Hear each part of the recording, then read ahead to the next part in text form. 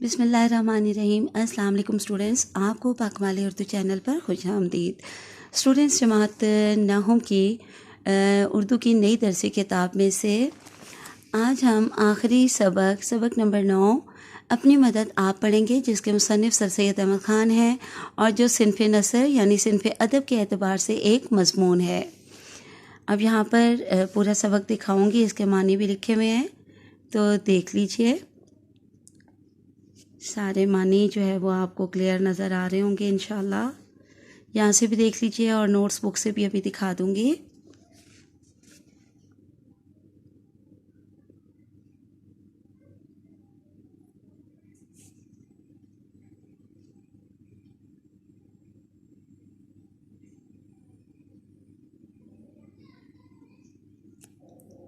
ये हमारा मुकम्मल हुआ और आगे अगले पेज पर देखते हैं।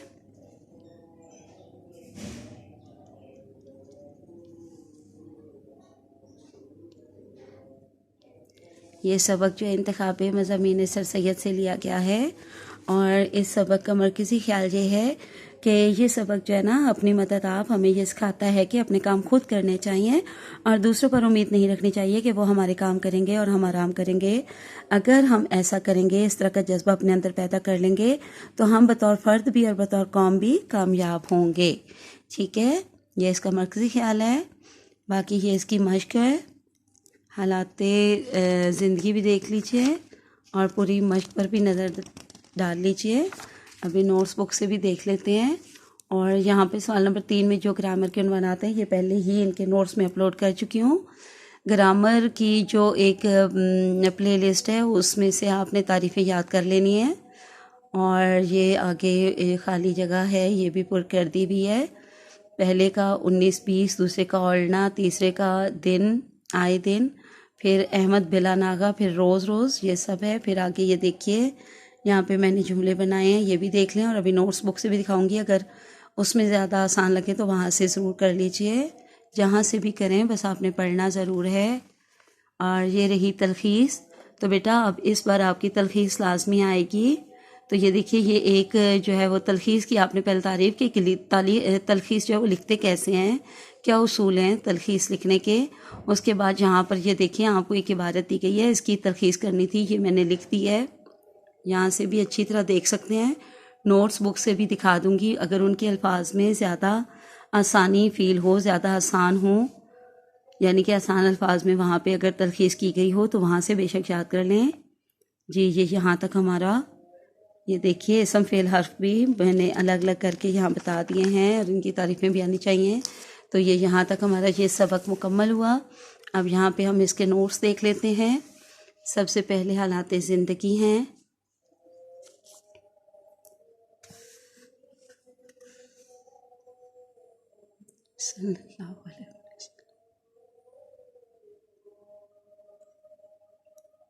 मुश्किल अल्फाज के मानी ज़रूर याद करिएगा।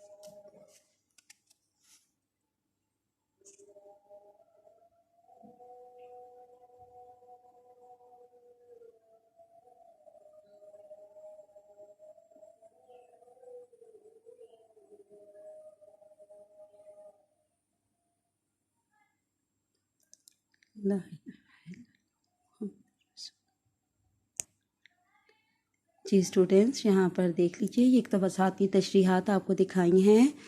बहुत ही अच्छे नोट्स हैं, तफसीली, वज़ाहती और तवालत के साथ। जो कि बोर्ड की डिमांड होती है।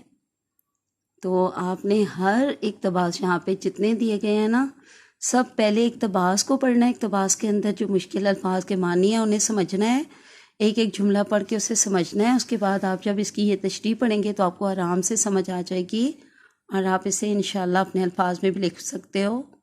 और यहाँ से इसी तरह अगर याद करके लिखना चाहो तो ये सही तवील भी है, तफसीली भी है और वजाहती भी। आगे मश्क शुरू हो गई है। ये भी एक नसर पारा दिया गया है। ये अनतफ़ी में इबारत है जो फेडरल बोर्ड के पेपर में सवाल नंबर 2 का हिस्सा अलिफ होती है। ये लाजमी पढ़ लीजिएगा। देखें बिल्कुल नए चैप्टर्स हैं, नई नई चीज़ें हैं, तो ये आपने पढ़कर समझना है हर हाल में अच्छी तरह से, ठीक है। अब आगे ये देखिए, इनका मवाजना दोनों की जो है मौलवी अब्दुल हक और सर सैयद अहमद ख़ान की लिखी हुई दाइज़ुल इबारात को पढ़ें और मुसन्निफ़ीन के तर्ज़ तहरीर की शनाख्त करें, ठीक है। दोनों के उसलूब बयां, तर्ज़ तहरीर में जो भी खुसूसियात पाई जाती हैं, तो ये जवाब मौजूद है यहाँ पर। आपने पहले दोनों की उनके नाम की पहचान के साथ अलग अलग वो पढ़ लेनी है तहरीरें, और उसके बाद आपने ये जवाबात पढ़ने हैं। पहले सर सैयद का बताया गया है और आगे नंबर 2 में मौलवी अब्दुल हक की तर्ज तहरीर का बताया गया है। तो ये अच्छी तरह समझ कर आपने बेटा कर लेना है, ठीक है। हर चैप्टर में और नज़्म गज़लों की भी मश्क में इस तरह के सवालात इस बार दिए गए हैं, तो इसका मतलब ये हुआ कि आपके ये इस बार ज़रूर आने वाले हैं, ठीक है। ऐसा जो इस किस्म के सवालात हैं ना, आपके जितने भी हैं बुक में, वो आपने लाजमी करने हैं। ये आगे तलखीस आ गई है, तो यहाँ से भी देख लीजिए, ये रही, ठीक है। यहाँ पे तलखीस करवा दी गई है। ये आगे देखिए, अगले सवाल की क्या डिमांड है। ये पहले आपने सवाल पूरा गौर से पढ़ना है।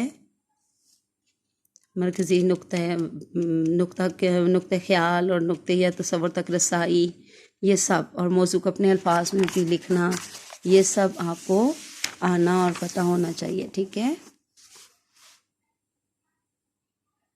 ये सब जवाब आपको दे दिया गया है।